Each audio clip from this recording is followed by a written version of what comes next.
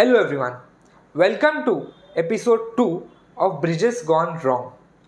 इस सीरीज़ में हम आपके लिए वर्ल्ड के और इंडिया के जो ब्रिज कोलैप्सेस के स्टोरीज़ है, जो केस स्टडीज़ है, ये आपके लिए लेके आते हैं।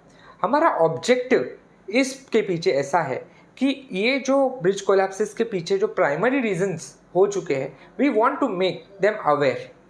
तो ऐसे ही एपिसोड 1 में हमने बात की थी टाकोमा नैरो ब्रिज के बारे में, और आज हम जिस ब्रिज के बारे में बात करेंगे ये एक मुंबई का काफ़ी ही इम्पोर्टेंट ब्रिज हुआ है। और ये ब्रिज जो है ये मुंबई के CST एरिया में है। It was constructed 30 years back. और सबसे सरप्राइजिंग चीज़ ये है कि जब 2019 में ये कोलैप्स हुआ, इसके जस्ट 5 साल पहले इस ब्रिज को रिहैबिलिटेट और रीमेंटेन किया गया था। अब हम जानेंगे कि ये ब्रिज के कोलैप्स होने के पीछे क्या प्राइमरी रीजंस थे।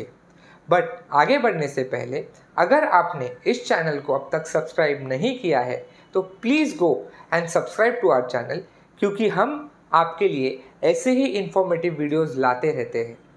तो लेट्स सी इस ब्रिज कोलैप्स के पीछे प्राइमरी रीज़न क्या था। ये जो ब्रिज है ये कोलैप्स हुआ था because of the corrosion in the joints. जो वेल्डिंग के जॉइंट्स थे इनमें कोरोजन हुआ था, जिसके कारण इसका शियर फेल हुआ और ब्रिज कोलैप्स हो गया। सरप्राइजिंग चीज़ ये है कि ये कोरोजन या फिर ये जो शियर फेल्यूर है इसको जस्ट 5 साल पहले ही रिपेयर किया गया था, और क्यों इसका मेंटेनेंस नहीं हुआ जिसके कारण ये ब्रिज कोलैप्स हुआ। सो द बेसिक और द प्राइमरी फोकस जाता है कि ये ब्रिज के कोलैप्स होने के पीछे नेग्लिजेंस ये सबसे बड़ा रीज़न है।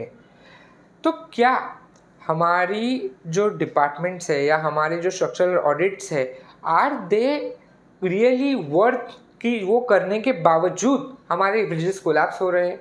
So this bridge collapse is a very very big example कि क्या हम जो प्रोसेसेस, हम जो सिस्टम्स, हम जो स्ट्रक्चरल ऑडिट्स कर रहे हैं, या वो सही डायरेक्शन में जा रहे हैं। क्या उन ऑडिट्स में से हम जो रिजल्ट्स या हम जो कंक्लूजन्स आ रहे हैं उसके ऊपर हम एक्ट कर रहे हैं। क्या हम इन जो ब्रिजेस है, ऐसे जो ब्रिजेस है जो जिनके कोरोजन है या फिर जिन्हें कुछ मेंटेनेंस की ज़रूरत है, क्या वो रेगुलरली हो रहा है। ऐसे बहुत सारी चीज़ें इस ब्रिज कोलैप्स के पीछे हमें क्वेश्चंस रेज करती है। आज के इस वीडियो के पीछे हमारा ऑब्जेक्टिव ये है क्योंकि आप सभी लोग में से कोई ना कोई कभी ना कभी या तो इन स्ट्रक्चरल ऑडिट या फिर ब्रिज कंस्ट्रक्शन के प्रोसेस में इन्वॉल्व रहा है, या फिर इन फ्यूचर आपको शायद अपॉर्चुनिटी मिलेगी कि आपको स्ट्रक्चरल ऑडिट या ब्रिज कंस्ट्रक्शन करनी पड़ेगी। हाँ, मेरी आप सबसे एक रिक्वेस्ट है कि आप जब भी ब्रिज से रिलेटेड कोई भी काम करें, be it a very very small और very very easy thing, be very very cautious. Even a slightest mistake, छोटी से छोटी गलती भी बहुत फेटल हो सकती है। जैसे इस ब्रिज के कोलैप्स में 7 लोग अपनी जान गंवा चुके थे और more than 30 people were injured. And this is not only one example, but there are so many examples जो इंडिया में है, जिसमें 80% ऑफ द टाइम्स नेग्लिजेंस और पुअर कंस्ट्रक्शन ये प्राइमरी रीज़न रहा है ब्रिज कंस्ट्रक्शन में।